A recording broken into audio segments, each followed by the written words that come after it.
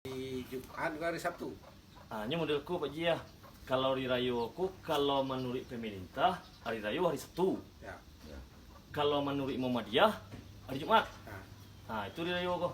Cuman Nah, kalau Muhammadiyah hari Jumat, puasa kan 29. yo tuh.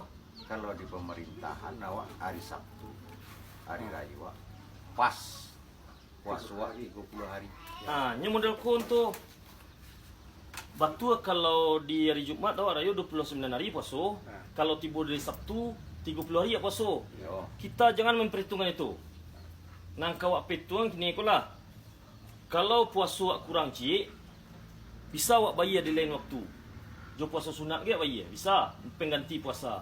Tapi kalau puasa awak di bulan Syawal itu adalah haram. jatuhnya Puasa di satu Syawal adalah haram puasa. haram di hukumnya. Haram hukumnya. Kalau Jadi lebih baik kalau pernah pewak lebih baik kita kurang umpang cik daripada puasa di satu Syawal. Ya. haram hukumnya apabila nyala masuk Syawal. Ya pemilu Syawal. Saya tu Kalau- kan tak pernah menteropong dah. Iya. Lebih rancak awak percayakan pada orang ahli nyo. Pertama Kalau itu. dalam Muhammadiyah hanya hari kecil no, hari Jumat nyo. Ya kita ikuti hari Jumat.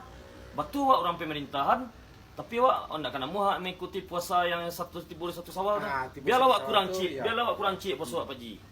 Cuman Itu beda. dah prinsip Pak Ji. Bedanya awak antara awak di Makkah kan sekian jam. Sampai jam. Padahal pun itu hilal tu lah jatuh tu pada hari Itulah. Jumat tu. Jadi lebih rancak puasa kurang satu daripada puasa di satu Syawal. Kurang satu bisa awak ganti sebab itu Rasulullah yang mapuan model tu.